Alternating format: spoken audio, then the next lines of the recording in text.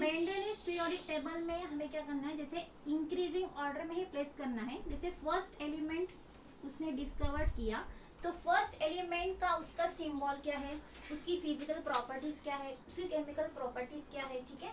उसने सारे एक कार्ड पे उसकी इंफॉर्मेशन लिख ली। देन उसने सेकंड एलिमेंट लिया, उसके बारे में भी, उसका एटॉमिक नंबर, उसका सॉरी एटॉमिक मास नंबर क्या है उसका, ठीक है। देन उसका फिजिकल केमिकल प्रॉपर्टीज क्या है, देन उसके कैरेक्टरिस्टिक क्या है, ये सारी इंफॉर्मेशन लिख ली, ठीक है। देन ये एलिमेंट इससे डिफरेंट है। फिर सेकंड के बाद जो थर्ड एलिमेंट उसने डिस्कवर किया, इसकी भी प्रॉपर्टी अलग है, ठीक है। देन उसकी भी प्रॉपर्टी अलग है। ऐसे उसने सारे एलिमेंट्स, जब तक कुछ सिमिलर एलिमेंट मिलता नहीं है तब तक उसने डिस्कवर किए थे, ठीक है। तो ये 6 एलिमेंट सपोज कंसिडर करते हैं कि 6 एलिमेंट्स।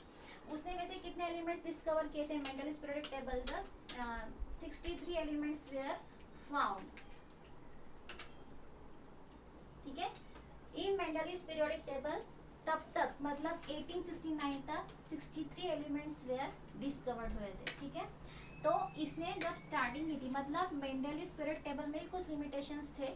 जैसे फॉर एग्जांपल इसके जो टेबल है सिर्फ कैल्शियम तक ही हमें अप्लीकेबल हुआ था। जो भी एलिमेंट्स मेंडलिस ने डिस्कवर किए थे according to their atomic masses, तो सिर्फ कैल्शियम तक ही वो अप्लीकेबल हुए, मतलब जो रूल्स उसने अप्लाई किए थे। Then Newlands law of octo में भी उसने स्टार्टिंग किया था कहाँ से, लोवेस्ट एलिमेंट हाइड्रोजन से उसने स्टार्ट किया था, मतलब, और एंड किस एलिमेंट पे किया था, थोरियम, ठीक है। तो हर एक साइंटिस्ट के डिस्कवर के बाद कुछ लिमिटेशंस थे। डोबेरानस ट्रेड्स के बाद मतलब जो कुछ उसमें लिमिटेशंस थे कि 30 एलिमेंट्स या फिर जो भी हमने एलिमेंट्स देखे हैं उसमें कुछ स्पेसिफिक टाइम इंटरवल के बाद उसके जो ट्रेड्स थे वो एप्लीकेशन करना बंद हो गया, मतलब सारे एलिमेंट्स के लिए वो एप्लीकेबल नहीं होता था। Then Newlands law of octaves में जब 1866 में जब उन्होंने हमें 56 एलिमेंट्स डिस्कवर करके दिखाए, तो वो भी लिमिटेशंस थे कि उन्होंने सिर्फ 56 एलिमेंट्स तक ही उनका मतलब ये था एप्लीकेबल हुआ था रूल। तो उसमें सबसे लोवेस्ट एलिमेंट्स उन्होंने लिया था हाइड्रोजन एंड एंड अप उन्होंने किया था थोरियम पे। अभी मेंडलिस पीरियोडिक टेबल में उन्होंने टोटल 63 एलिमेंट्स ऐसे टेबल में अरेंज कर लिए, ठीक है। ऐसे 63 एलिमेंट्स उन्होंने अरेंज किए। तो जैसे ही एलिमेंट्स आते गए, जैसे फॉर एग्जांपल अभी इस एलिमेंट के बाद जो एलिमेंट डिस्कवर हुआ था उसकी प्रॉपर्टी इस प्रॉपर्टी से मैच होती थी, मतलब इस एलिमेंट से, ठीक है। तो ये एलिमेंट फर्स्ट लेवल एलिमेंट्स के नीचे प्लेस कर दिया गया, ठीक है। उसके बाद जो एलिमेंट डिस्कवर हुआ उसकी प्रॉपर्टी इस सेकेंड एलिमेंट से मैच करती थी, तो यहाँ पे उसने उस एलिमेंट को प्लेस कर दिया, ठीक है। देन उसके बाद जो एलिमेंट हुआ था तो उसकी प्रॉपर्टीज मैच नहीं होती थी, तो उसने यहाँ पे वैकेंट प्लेस रख दिया, मतलब यहाँ पे कोई भी एलिमेंट प्लेस नहीं किया, ये ऐसे ही वैकेंट छोड़ दी। देन उसके बाद जो एलिमेंट डिस्कवर हुआ था उसकी प्रॉपर्टी किस एलिमेंट से मैच करती थी, ये एलिमेंट से सिमिलर होती थी, ठीक है। देन उसके बाद जो एलिमेंट डिस्कवर हुआ था तो फिर यही सेम एलिमेंट्स की प्रॉपर्टी मैच कर रही थी इस एलिमेंट से, ठीक है। तो उन्होंने क्या किया, जैसे एक ही ब्लॉक में दो एलिमेंट यहाँ पे प्लेस कर दिए। जैसे फॉर एग्जांपल हम बता सकते हैं कोबाल्ट एंड निकेल, ये बोथ एलिमेंट्स मतलब ये दोनों एलिमेंट्स की प्रॉपर्टी सेम है, तो उन्होंने ये एक ही ब्लॉक में प्लेस कर दी, ठीक है। तो जैसे ही ये वैकेंट प्लेस होता है, वैकेंट प्लेस के लिए उन्होंने क्यों ये वैकेंट प्लेस छोड़ा था, जैसे बाद में अगर कोई एलिमेंट डिस्कवर होता है, अगर उसकी प्रॉपर्टी इस एलिमेंट के साथ अगर मैच होती है तो वो यहाँ पे उस एलिमेंट को प्लेस कर सकते हैं। इसीलिए मेंडलिस पीरियोडिक टेबल में उन्होंने ये वैकेंट प्लेसेस रखी थी। तो हमने 3 साइंटिस्ट अभी तक देखे थे, कौन कौन से? सबसे पहले हमने देखा थी डोबेरानस ट्रेड्स ने। डोबेरानस ट्रेड आपको पता है कि ट्रायड्स मतलब 3 elements. Dobereiner classify the 3 elements in the each group, मतलब उन्होंने एक ग्रुप में 3 एलिमेंट्स को क्लासिफाई किया था। तो उसमें हमने एग्जांपल देखा था जैसे लिथियम है, सोडियम है एंड पोटेशियम है, तो हर एक एलिमेंट का एटॉमिक मास नंबर। तो ट्रायड्स में हम first and the third elements का हम मीन लेते हैं, ठीक है। मीन लेने के बाद जो एटॉमिक मास नंबर आता है वो एग्जैक्टली सिमिलर किससे होता है, आपके मिडल एलिमेंट से होता है, ठीक है। आपके टेक्स्ट बुक में जैसे उन्होंने स्ट्रोंटियम है, सेरियम है, मैग्नीशियम है, कैल्शियम है, ऐसे एलिमेंट्स आपको दिए हैं तो आप टैली करके देख सकते हो। आपको एक टेबल दिया है, एक टेबुलर फॉर्म में उन्होंने एलिमेंट्स दिए हैं, उनका एटॉमिक मास मीन आपको निकाल के दिया है और उसके एग्जैक्टली नीचे ही पेज नंबर 16 पे कुछ आइडेंटिफाई आपको एलिमेंट्स करने हैं जिनकी फिजिकल एंड केमिकल प्रॉपर्टीज अगर सेम है तो आपको वो एक ग्रुप में प्लेस करने हैं। ठीक है, तो आपके लिए होमवर्क रहेगा आज का कि आइडेंटिफाई द, कुछ क्वेश्चन है देखो, जिनके पास टेक्स्ट बुक है वो देख सकते हैं। पेज नंबर 16 पे देखो, identify the Doberanes traits from the following groups of elements having similar chemical properties. So they are given magnesium, calcium and strontium. Sr means strontium. Okay, then the second one has given that is sulfur, cerium and tellurium. Then third one has given that is beryllium, magnesium and calcium. So हम एक example इसे track करके देख सकते हैं। ठीक है, what, जैसे फॉर एग्जांपल मैग्नीशियम है, मैग्नीशियम का 24.3, ओके, देन कैल्शियम का है 40.1, ओके, देन स्ट्रोंटियम का है 87.6, okay. So you have to take the mean of first and the third element, okay. So add them 40, 24.3 and 87.6, 639.7 and 4, 11, 1, then 8 plus 2, 11 and 12, okay. So 120.9 and divide by 2, ठीक है।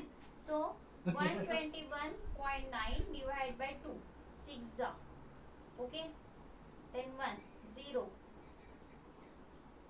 8 जा, means this is the difference in the 14.1 and 16.0. So इस case में Doberanes का trace workout नहीं हुआ। ठीक है, इन दोनों की chemical and physical properties match नहीं होती थी, किससे, मिडिल एलिमेंट्स। ठीक है, देन आप नेक्स्ट भी आप ऐसे ही ट्राई करके देखो। ठीक है, और जिसकी chemical and physical properties same होती है exactly with the middle elements, you have to solve it and send me as a assignment. Okay, then Newlands law of octaves. Newlands was the English scientist थे जिन्होंने 1866 में हमें एक train दिया था, जैसे म्यूजिकल नोट में होता है, जैसे 7 नोट्स होते हैं, सा रे ग म प ध नी and again it come back सा, means these 8 one sa exactly showing the similar properties of the first one sa, okay na. So in the similar way we have seen the example that in our periodic table hydrogen, then helium, lithium, beryllium, boron, carbon, oxygen, nitrogen, these are the elements. So you can take each element या फिर कोई भी आप element ले सकते हो, ठीक है ना, any elements and count from the 8 elements ahead, ठीक है ना। इससे आप लिथियम को छोड़ के उससे आगे आप 8 एलिमेंट काउंट करो, 3, 4, 5, 6, 7, 8। जो 8 एलिमेंट होगा, if this 8 one element shows exactly similar properties to the lithium, ठीक है।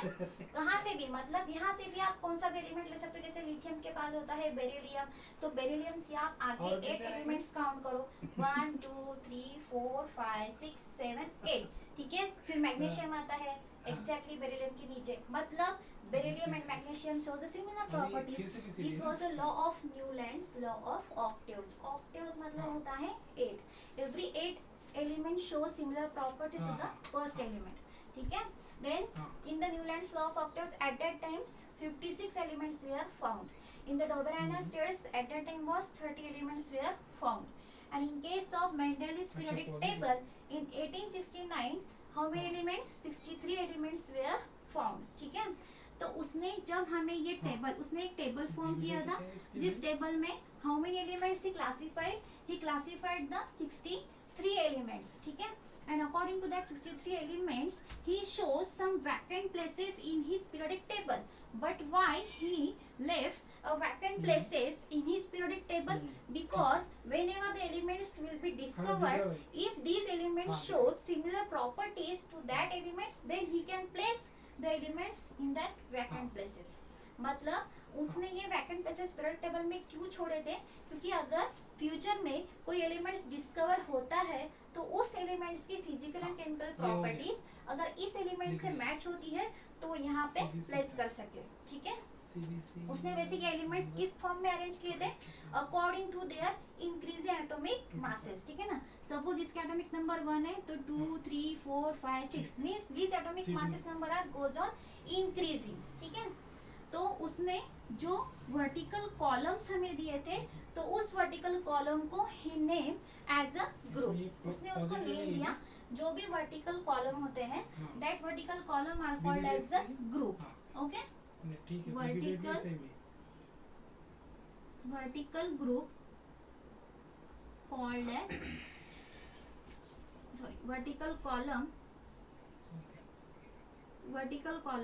called as group. ठीक है, जितने भी ये वर्टिकल कॉलम आपको दिखेंगे उस एवरी कॉलम को आप क्या कहेंगे, दैट इज द ग्रुप. ठीक है, एंड जो भी आपको हॉरिजॉन्टल रोज दिखेंगे, ठीक है ना, हॉरिजॉन्टल रोज, तो हॉरिजॉन्टल रोज को ही name as a periods. Okay, what the horizontal negative है, हॉरिजॉन्टल रो. हाँ, अभी मैं बीसीडी का है 3 केस माइनस वाला में, फिर मुझे वही है BCD. So he classified the elements according to their period and groups. What is in the groups? The vertical columns in the table that are called as the groups, and the horizontal rows in the table that are called as the periods. Okay, so according to that he classified the 63 elements. Okay, so this was all about the today's lecture. Periodic classification of elements. आपको समझा यहाँ तक clear है? आगे का हम next lecture में discuss करेंगे about the merits and demerits. मतलब मेंडलिस पीरियोडिक टेबल ने हमें जो टेबल दिया था उसके बारे में कुछ उसके मेरिट्स और डीमेरिट्स भी है. So we will discuss in the next lecture. So once again I repeat what we have seen today. Dobereiner स्ट्रेट्स में हम 3 एलिमेंट्स को एक ग्रुप में प्लेस करते हैं. 3 एलिमेंट्स का एक ग्रुप हम लेते हैं. ठीक है, न्यूलैंड्स ऑक्टेव्स में Newlands told us that every 8 elements show similar properties to the first element. Okay, ये statement याद रहना, इसीलिए उसको बोलते हैं octaves. Then the third one is the Mendele's periodic table. So in Mendele's periodic tables, total the 63 elements he discovered, and he gave us the vertical column as a group and horizontal row is called as a period. He again arranged the elements in the increasing atomic masses, and he kept some vacant places in his periodic table because whenever the element were discovered, suppose it shows a similar properties to that element, then he can place it. Okay, so this is the Doperianus, Newlands and Mendele's periodic table. तो यहाँ तक हम आज देखेंगे. और कुछ बाकी first lesson में अगर आपको कुछ डाउट होता है ग्रेविटेशन में तो आप प्लीज डिस्कस करो. आप कॉल कर सकते हो या फिर आप व्हाट्सएप पे मैसेज करके मुझे पूछ सकते हो. प्लीज डाउट मत रखो, कुछ भी आपके माइंड में जो भी होता है वो क्लियर करते जाओ टाइम टू टाइम. ओके, और एक बात मैं आपको बताना चाहूंगी, जैसे आपको एक बेनिफिट है इस बारे में, क्योंकि आप जो वीडियो देखते हो अगर आपको कुछ भी पॉइंट या फिर लिंक समझ में नहीं आती है या फिर कुछ एक आधा पॉइंट समझ में नहीं आता है तो आप फिर से रिपीट देख सकते हो. और क्योंकि कैसे रहता है जब हम क्लास में पढ़ते हैं तो बहुत सारे मतलब हम लेसन के बारे में जब जानते हैं तो आगे आगे जाते हैं, जैसे लेसन खत्म होते हैं तो टाइम रिवीजन के टाइम में सब रिपीट होता है हमारा.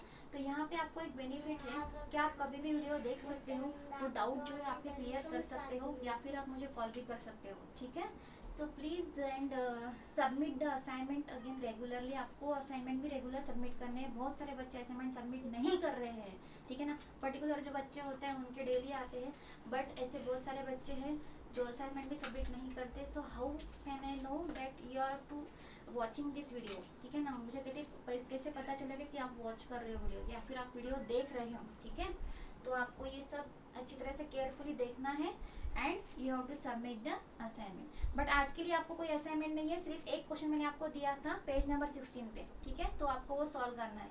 ओके.